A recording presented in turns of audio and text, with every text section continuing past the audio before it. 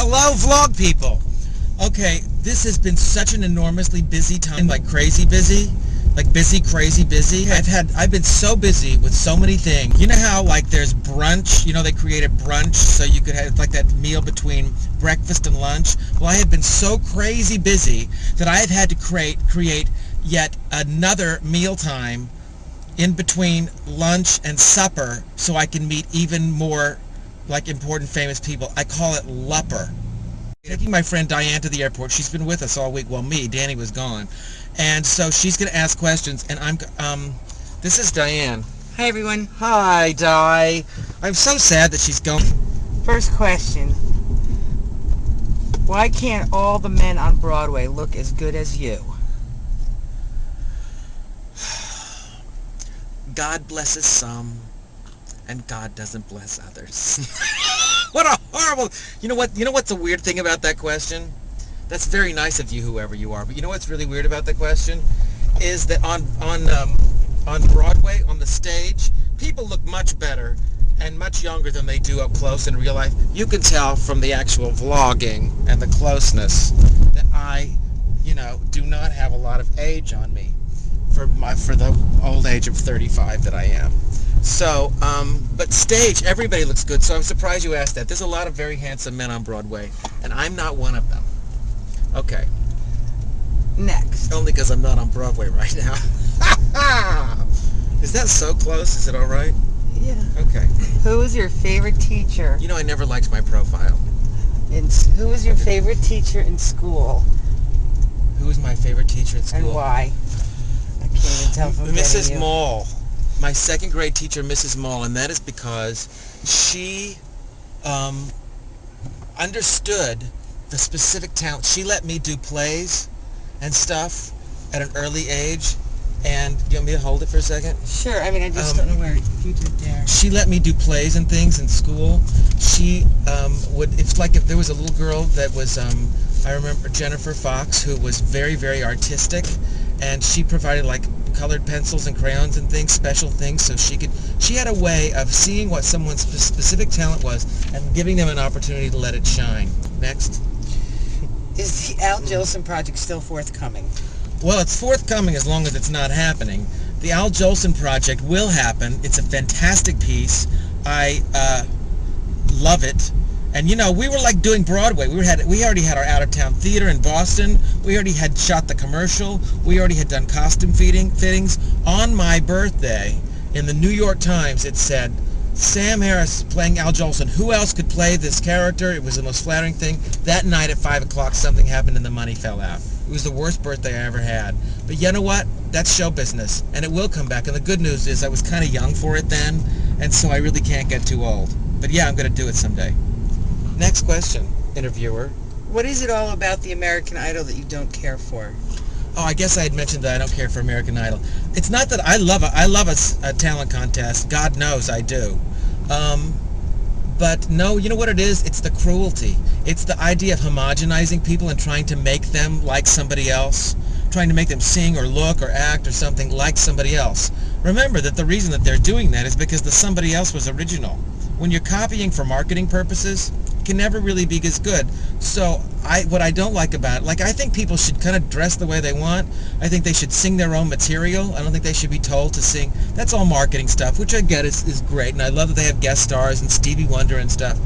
But I nearly killed us just then. Did you see that? Be careful. But thank God we're not going that way. Look at that traffic. LA's a nightmare. But I love that it exists, but I am not crazy about, your ankles are fat, or you should sing like so-and-so, or you're too whatever. I don't know. That's what bothers me. I think stars are originals.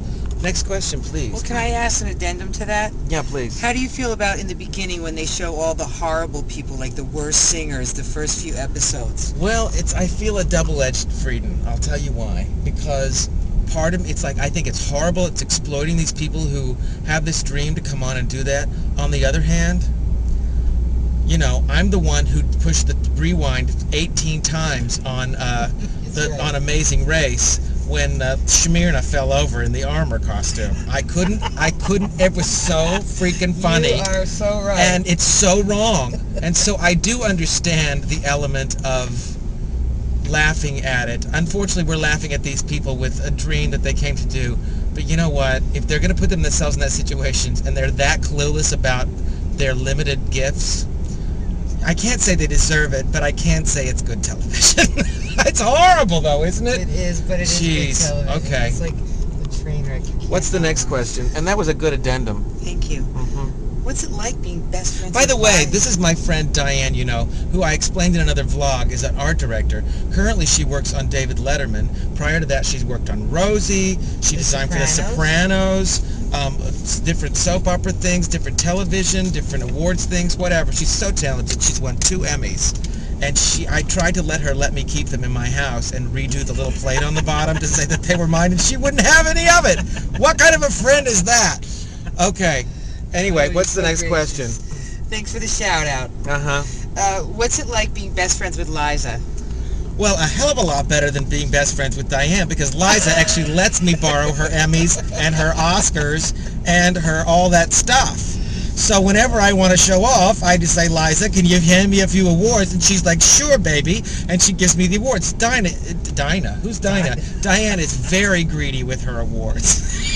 Please tell them you're lying. It's a lie. It's actually such a lie that she's so generous that actually she gave one of her Emmys to her assistant/associate until that person then got another job and won their own Emmy and gave Diann's back. She's very generous. And she's been very generous this week while she's been visiting because all we've done is projects. Okay, what's the next question? This is a long one.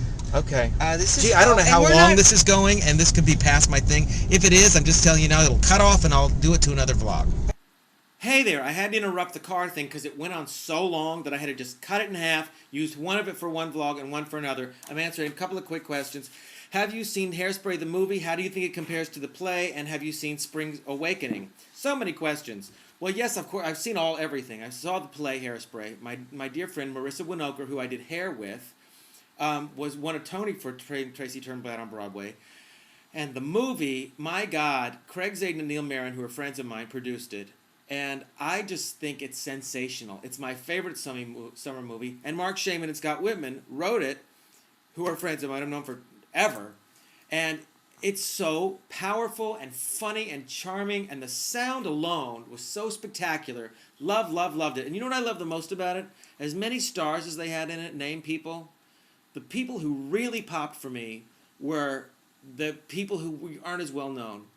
The guy who played Link, the guy who played Seaweed, the Amanda, whatever. God, I'm so bad today. Those people just blew me away. Anyway, and also, have you seen Spring Awakening? I saw Spring Awakening. I loved it. It was in the same theater that I did Grease in, which was pink at the time. And it was so great to see that show in there. God, the cast amazing. It's my favorite show of the season. Grey Gardens was right up there, but that was more for performances. Say that 10 times than anything. But as the play and the show and the cast and everything, Spring Awakening, man, oh man, oh man, oh man, oh. And that girl could be a pop star and a movie star. I loved it. Broadway's good. People are worried about the Broadway thing with like the cheap, tacky Grease revival coming up there. But I think with Spring Awakening, we've got shows like that, we're in good shape. All right, I've got to go. I've split the other thing, and it'll be a part 2. Have a great day. Do something wonderful for somebody. Peace.